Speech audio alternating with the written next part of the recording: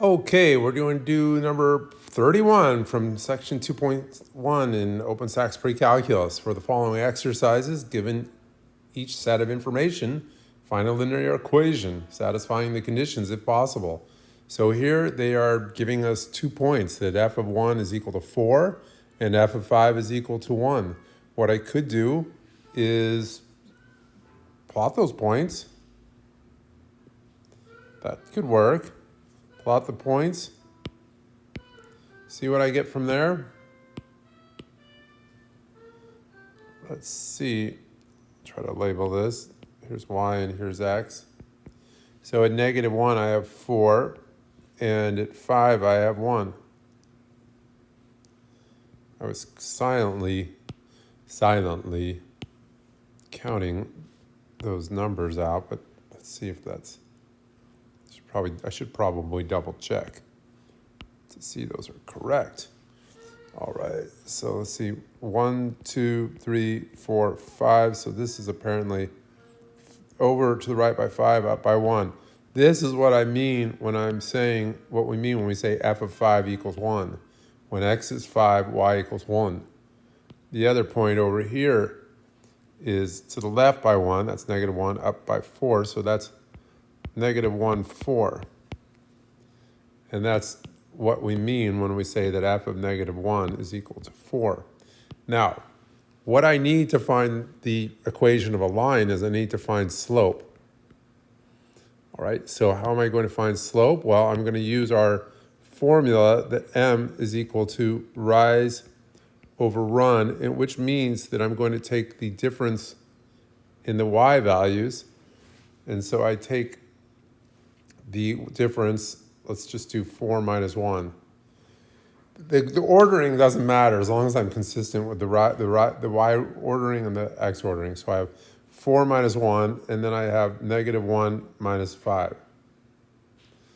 Okay, I know I have that all highlighted, but I'm going to re-highlight to pick up the things, these new things that I'm interested in.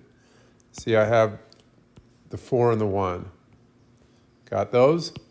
And then I have the negative 1 and the 5. So this is the same thing as delta y divided by delta x. This gives us 3 divided by negative 6, which is negative 1/2. Now, what we're going to do then is use the point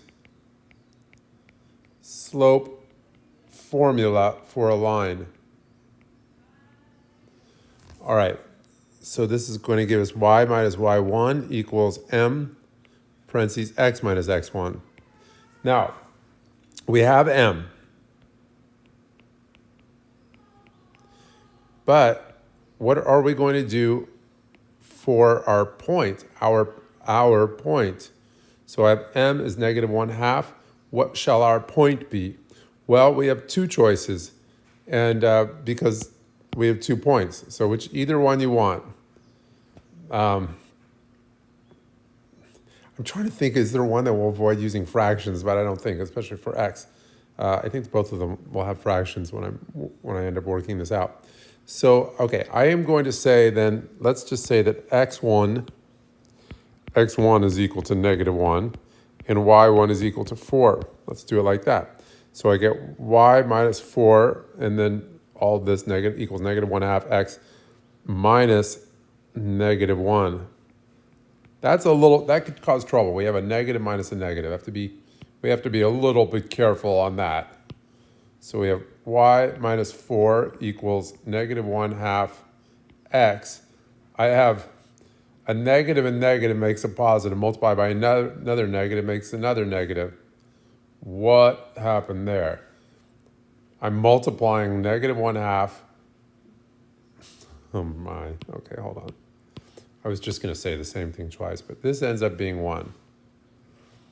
In fact, it's not a bad idea, and maybe it's a good idea, actually, so therefore I'm going to do it, of just writing one more line. Why not?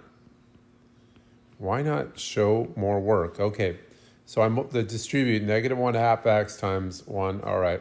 Then I'm going to add 4 to both sides, negative 1/2 x. Why? Because I believe that our answer should be in the form y equals mx plus b.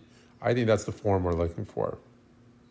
Here's this another problem down there, the next problem, but next odd problem. Okay, now to show more work, which is what I'd like to see, I'm going to write 4 as 8 halves. And then the final answer will be negative 1/2 x plus negative 1 plus 8 is 7. 7 halves. And there we go.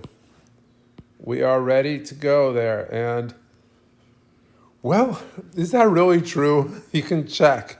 Check by putting in some of these numbers, these points. Put in negative 1. You can do it in your head, or you can do it somewhere else, on the side of the paper, I mean. I didn't mean you can do it in your head, or you can do it somewhere else, being your foot or something like that. I mean, do it on a piece of paper. Okay. So if I do put in, this is a check. If I do put in negative 1, I mean, it really definitely should give, 7 halves. If I don't get the same thing, that's not good. And if I put in 5, I'll get negative 1/2 times 5 plus 7 halves. This is negative 5 halves plus 7 halves. That equals 2 halves, and that equals 1. So in both cases, it works. Okay, so we had 2 points. Given 2 points, how can you find the equation of the line? You have to find the slope, and then use the point slope formula. And we put this in the form y equals mx plus b. That's the form I want the final answer in. Okay, so that's all.